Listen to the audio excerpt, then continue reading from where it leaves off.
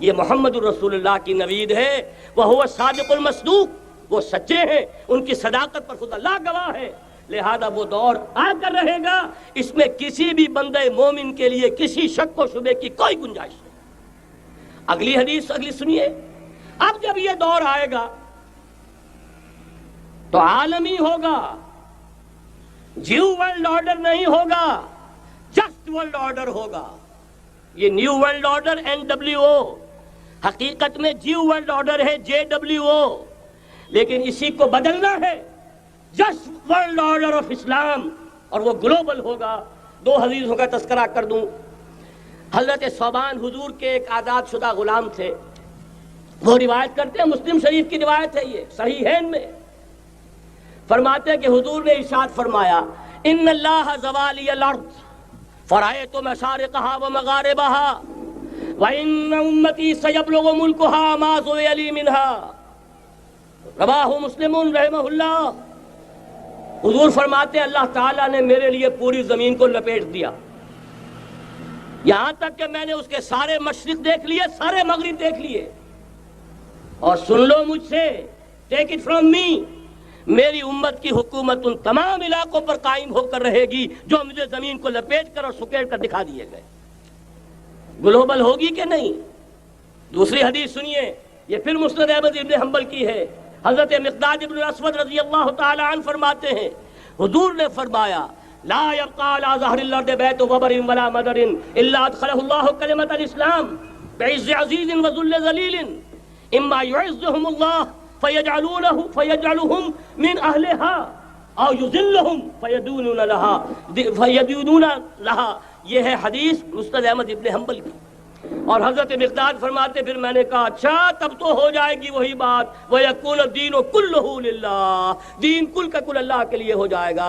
حدیث کا ترجمہ یہ ہے کہ حضور نے فرمایا، روئے زمین پر نہ کوئی اینٹ گارے کا بنا ہوا گھر رہے گا، نہ کوئی اونٹ کے بالوں کے بنے ہوئے کمبلوں کا خیمہ رہے گا جس میں اللہ تعالیٰ کلمہ اسلام کو داخل نہ کر دے۔ لیکن یہ داخلہ دو طریقے سے ہوگا، بعز عزیز و ذل ذلیل، یا صاحب عزت کے اعزاز کے ساتھ، یا کسی مغلوب کی مغلوبیت کے ساتھ، یعنی یا تو اللہ تعالیٰ ان کا اعزاز فرمائے گا اور وہ کلمہ اسلام کے خود قائل ہو جائیں گے۔ جب گھر والا خیمے والا اسلام لے آئے گا تو اسلام اس کے گھر میں داخل ہوگا، اس کو بھی عزت نصیب ہوگی۔ وَلِلَّهِ الْعِزَّةُ وَلِرَسُولِهِ وَلِلْمُؤْمِنِينَ، عزت و حق ہے اللہ کا، اس کے رسول کا اور اہل ایمان کا۔ اور اگر وہ اسلام قبول نہیں کرے گا تو یؤتُ الْجِزْیَةَ عَنْ یَدٍ وَهُمْ صَاغِرُونَ، چھوٹے ہو کر رہنا پڑے گا، جزیہ دینا ہوگا، اسلام کی بالادستی قبول کرنی ہوگی۔ بتائیے اس کے بعد بھی کوئی شک ہے؟ یہ ہے آسمانی نقشہ۔ یہ اللہ فرما رہے ہیں واللہ متم نورہ ویابی اللہ الا یتم نورہ لیظہرہ علی الدین کلہ ولو کرہ المشرکون، یہ اللہ کا فیصلہ ہے۔ ادھر یریدون لیطفئوہ ہے، یہ زمینی نقشہ ہے۔ اب شکل کیا ہے؟ اب میں آپ سے عرض کر دوں کہ ان دونوں کے مابین جو خلا نظر آ رہا ہے، کوئی شخص یقین کے ساتھ نہیں کہہ سکتا کہ اب حالات کا کیا رخ ہوگا، اس لیے کہ ظاہر بات ہے قرآن مجید میں مستقبل کے بارے میں خود حضور سے کہلوایا گیا، وَإِنْ أَدْرِي أَقَرِيبٌ أَمْ بَعِيدٌ مَا تُوعَدُونَ۔ لوگوں مجھے معلوم نہیں ہے کہ جس بات کی تمہیں خبر دی جا رہی ہے وہ قریب آ چکا ہے یا دور ہے۔ وَإِنْ أَدْرِي لَعَلَّهُ فِتْنَةٌ لَكُمْ وَمَتَاعٌ إِلَىٰ حِينٍ، اور میں نہیں جانتا، ہو سکتا ہے اللہ کچھ اور مہلت دے دے تمہیں، اور کچھ اور آزمائش جو ہے اس کے لیے تمہارے لیے کوئی اور مہلت عطا فرما دے، ہو سکتا ہے۔ تو میں بھی کسی دعوے سے نہیں کہہ رہا، لیکن دو امکانات ہیں۔ امکان نمبر ایک کیا ہے؟ ابھی عالم اسلام کا ایک سالڈ بلاک ہے جو یہودی ورلڈ آرڈر کی نگاہوں میں کھٹک رہا ہے۔ میں کھٹکتا ہوں دل یزداں میں کانٹے کی طرح۔ اگرچہ ان کی اسٹریٹجی کیا ہے؟ ایک ایک کر کے ان کے حصے بکھرے کر کے تیا پانچا کرو۔ ابھی وہ بلاک کون سا ہے؟ ایران ہے، افغانستان ہے، پاکستان ہے، اور روسی ترکستان سے آزاد ہونے والی جو ریاستیں ہیں، یہ ایک سالڈ بلاک ہے۔ یہ عجمی مسلمان عربی نہیں، عربی گئے یہ نوٹ کر لیجئے، اس لیے کہ عربوں کو اللہ نے فضیلت دی تھی، محمد ان میں سے تھے صلی اللہ علیہ وسلم، یہ رتبہ بلند ملا جن کو مل گیا، لیکن ساتھ ہی اللہ نے دھمکی بھی دے دی تھی سورہ محمد میں، ان تتولوا یستبدل قوما غیرکم، اگر تم پیٹھ دکھا دو گے اس مشن کو جو ہم نے تمہارے حوالے کیا ہے، تمہیں ہٹائیں گے، کسی اور کو لے آئیں گے۔ اور یہ بات ہو چکی ہے 13ویں صدی عیسوی میں، 1258 میں جب سقوط بغداد ہوا ہے، عربوں کے ہاتھ سے عالم اسلام کی قیادت چھین لی گئی، معزول کر دیا گیا۔ اس کے بعد قیادت کن کے ہاتھوں میں آئی؟ ترکوں کے ہاتھ میں، ترکان تیموری ہندوستان میں، ترکان صفوی ایران میں، ترکان سلجوقی مڈل ایسٹ میں، اور ترکان عثمانی کا تو کہنا ہی کیا ہے، وہ ایشیا مائنر سے چل کر آپ کو معلوم ہے کہ مشرقی یورپ کا کتنا بڑا علاقہ، دی گریٹ آٹومان امپائر اس صدی کے آغاز تک قائم تھی۔ اس صدی میں عجیب عجیب معجزے ہوئے ہیں۔ گریٹ آٹومان امپائر جو 3 بر اعظموں پر محیط، نام و نشان ختم۔ The great U S S R, نام و نشان ختم۔ اب تو روس صاحب ایک ملک کی حیثیت سے رہ گئے۔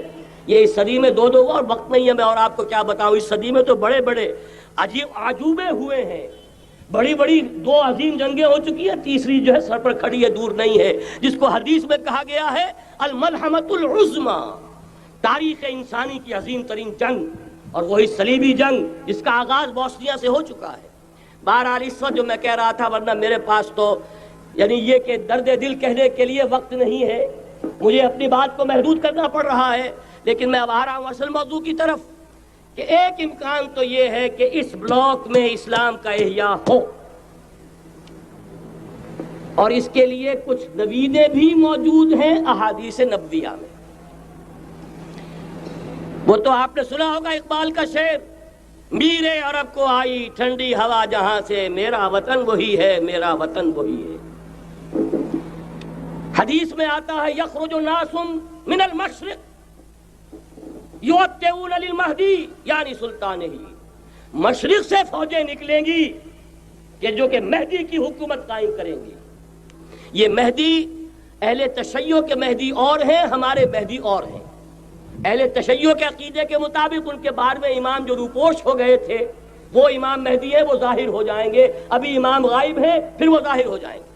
ہمارے نزدیک یہ مہدی پیدا ہوں گے یا ہو چکے ہوں، اور یہ ہوں گے حضرت فاطمہ کی نسل ہی سے رضی اللہ تعالی عنہا، لیکن عالم عرب کے اندر پھر ایک طاقت بن کر ابھریں گے، باطل کی قوتوں کے خلاف جہاد کریں گے، لیکن ان کو مدد آئے گی 2 طرف سے، ایک زمینی مدد آئے گی مشرق سے، ایک آسمانی مدد آئے گی، عیسیٰ ابن مریم کا نزول، حضرت مسیح علیہ السلام جو زندہ آسمان پر اٹھائے گئے تھے نازل ہوں گے، اور در حقیقت ان 2 مددوں کے نتیجے میں پھر یہود کا قلع قمع ہوگا، اور یہی گریٹر اسرائیل ان کا گریٹر گریو یارڈ بن کر رہے گا، عظیم تر قبرستان بن کر رہے گا۔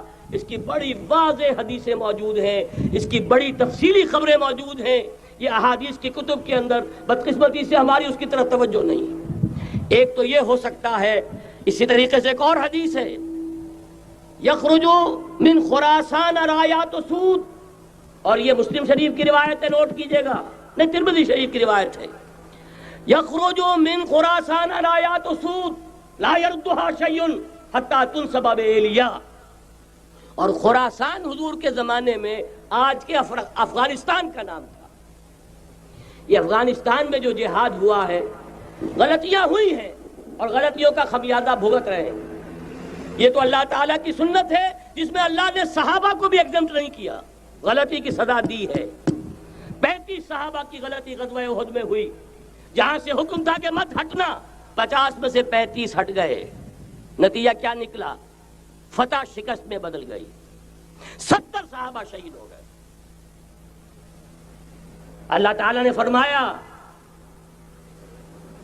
وَلَقَدْ صَدَقَكُمُ اللَّهُ وَعْدَهُ إِذْ تَحُسُّونَهُم بِإِذْنِهِ حَتَّىٰ إِذَا فَشِلْتُمْ وَتَنَازَعْتُمْ فِي الْأَمْرِ وَعَصَيْتُمْ مِن بَعْدِ مَا أَرَاكُم مَّا تُحِبُّونَ۔ مسلمانوں ہم سے گلہ نہیں کر سکتے، ہم نے اپنا وعدہ سچا کر دکھا دیا تھا جبکہ تم انہیں گاجر مولی کی طرح کاٹ رہے تھے، لیکن جب تم ڈھیلے پڑ گئے، تم نے ڈسپلن کو توڑا، تم نے اختلاف کیا تو سزا دیا۔ تو اگر صحابہ کرام رضوان اللہ تعالی علیہ مجمعین، خیر الناس بعد الانبیاء، پوری نوع انسانی کے اندر انبیاء کے بعد بلند ترین انسان، اگر ان کی بھی غلطی کا خمیازہ جو ہے اللہ نے چکھایا، کیوں چکھایا؟ ضروری تھا، آئندہ کے لیے سبق ہو جائے۔ وَلِيُمَحِّصَ مَا فِي قُلُوبِكُمْ، تاکہ تمہارے دلوں کے اندر اگر کہیں کوئی کھوٹ ہے اور پاک کر دیں ہم۔ اس لیے بہرحال غلطیاں ہوئی ہیں افغانستان میں، ایک امام کے ساتھ بیعت نہیں تھی، بلکہ بدقسمتی اور بڑھ کر یہ ہے بیعت کر کے توڑ دی۔ عبد الرسول سیاف صاحب کے ہاتھ پر ہمارے پاکستان کے 7 گروپ جو تھے، انہوں نے عین حرم میں بیٹھ کر بیعت کی اور پاکستان آ کر بیعت توڑ دی۔ سزا اس کی مل رہی ہے، آپس کی خانہ جنگی یوں ہی نہیں ہو رہی، کوئی سبب ہے، لہذا یہ سزا تو ملے گی، لیکن جتنا خون یہاں پر خلوص کے ساتھ دیا گیا ہے اس کی مقدار بھی کم نہیں ہے، یہاں سے خیر برآمد ہوگا۔ اور دوسری بات اپنے بارے میں نوٹ کر لیجئے، یہ پاکستان، بچا کھچا Pakistan, what remains of Pakistan, یہ اصل میں ہے کیا؟ مولانا بہت خوبصورت انداز میں فرما رہے تھے، یہ 313 نہیں تھے، اسلام تھا۔ اسی طرح نوٹ کیجئے، پاکستان نہیں ہے، 4 صدیوں کی تجدیدی مساعی کا حاصل ہے۔ آپ نے کبھی نوٹ کیا، ختم نبوت کے بعد اب سب سے اونچا منصب کس کا ہے؟ مجددین۔ سنن ابی داؤد کی روایت، ان اللہ یبعث فی ہذہ الامہ علی راس کل 100 عام من یجدد لها دینها۔ اور نوٹ کیجئے، کوئی بات ہے، 1000 برس تک سارے مجدد عالم عرب میں پیدا ہوئے، جیسے ہی دوسرا 1000 سال شروع ہوا، الف ثانی کا مجدد اعظم شیخ احمد سرہندی کہاں تھا؟ صنم خانہ ہند میں حاضر ہوا۔ میں شیخ مجدد کی لحد پر، وہ خاک کے ہے زیر فلک مطلع انوار، گردن نہ جھکی جس کی جہانگیر کے آگے، جس کے نفس گرم سے ہے گرمی آرار۔ وہ پھر 12ویں صدی کا مجدد اعظم امام الہند شاہ ولی اللہ دہلوی، 13ویں صدی کا مجدد اعظم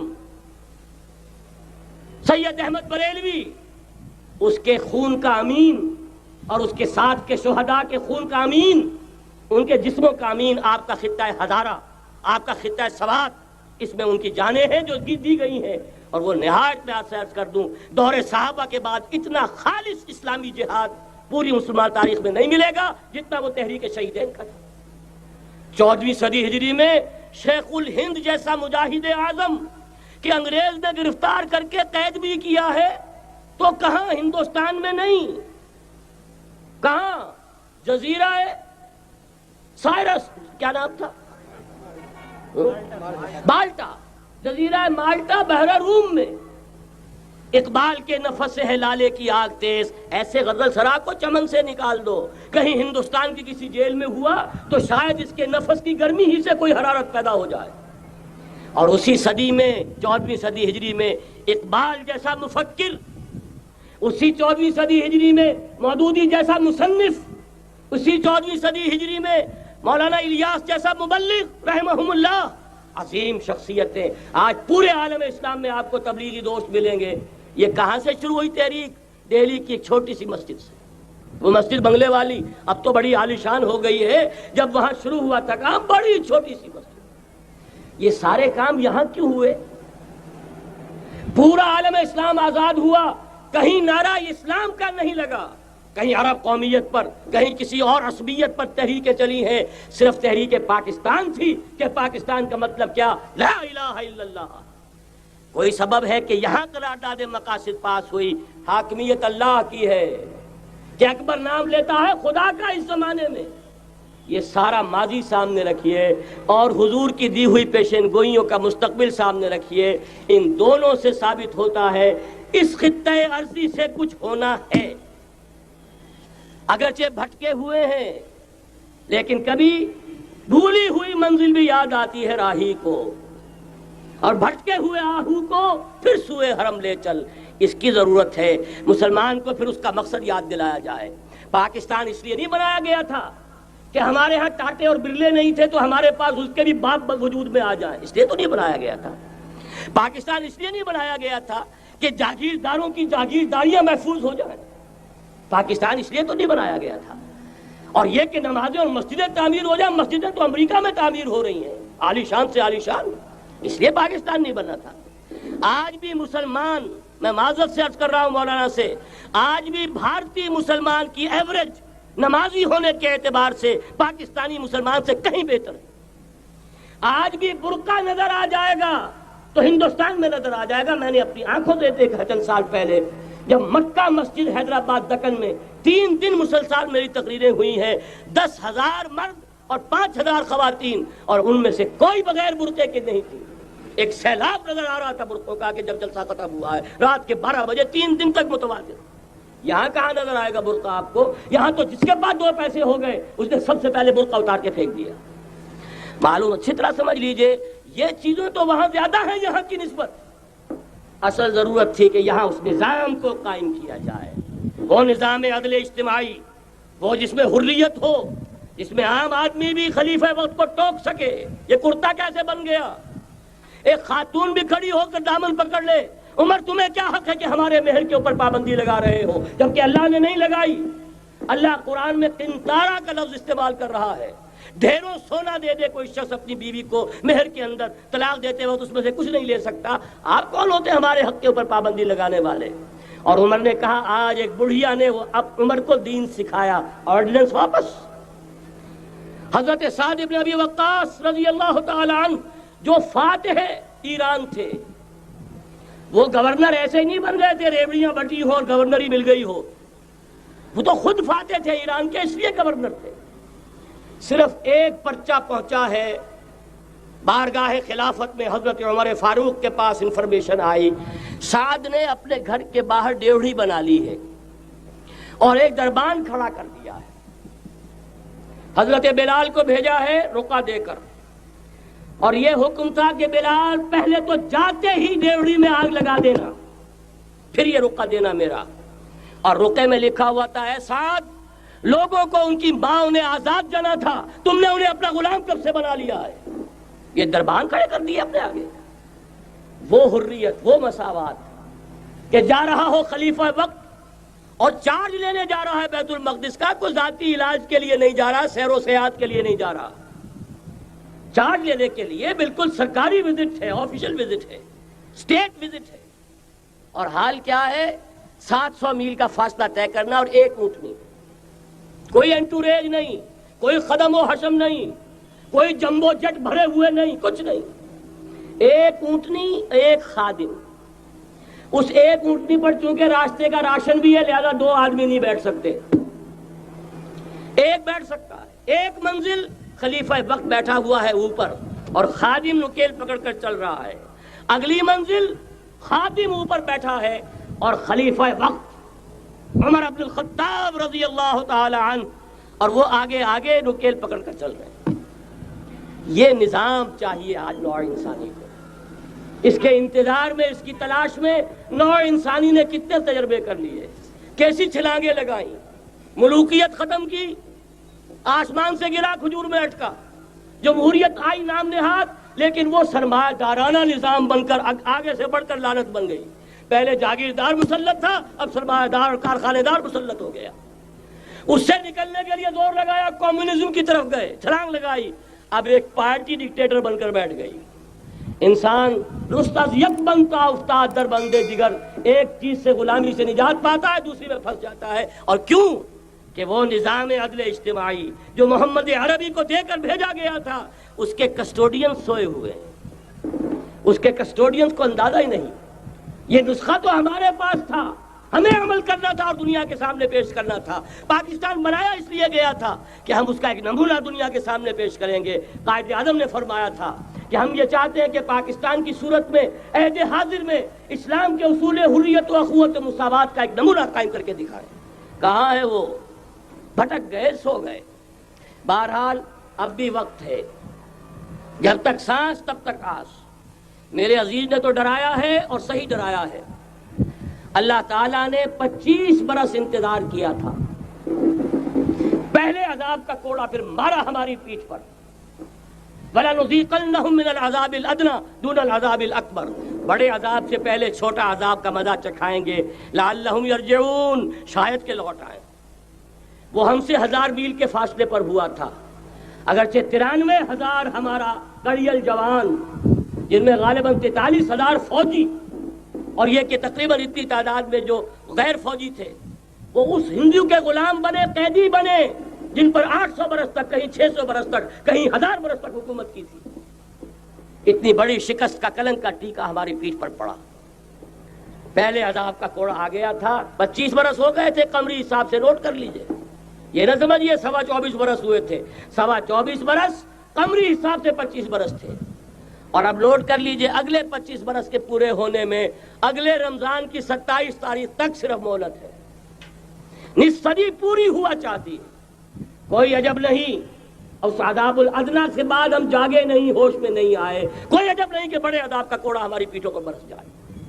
لیکن مجھے یہ یقین ہے، نوٹ کر لیجئے، اگر یہ دوسرا امکان ہو گیا، خدا نہ خواستہ اللہ کے عذاب کا کوڑا ہماری پیٹھ پر برسا، مجھے یقین ہے اللہ ہندوؤں کو مسلمان بننے کی توفیق دے گا، لیکن اسلام کا بول بالا اسی خطے سے ہوگا۔ تاریخ میں یہ ہو چکا ہے آیا فتنہ تاتار کے افسانے سے، پاسباں مل گئے کعبے کو صنم خانے سے، تاتاریوں کے ہاتھوں کروڑوں مسلمان قتل ہوئے، لیکن اسلام نے تاتاریوں کو فتح کر لیا، اور پھر اسلام کا مسلمانوں کا دوسرا دور عروج انہی تاتاریوں کی مختلف شاخوں کے تحت ہوا۔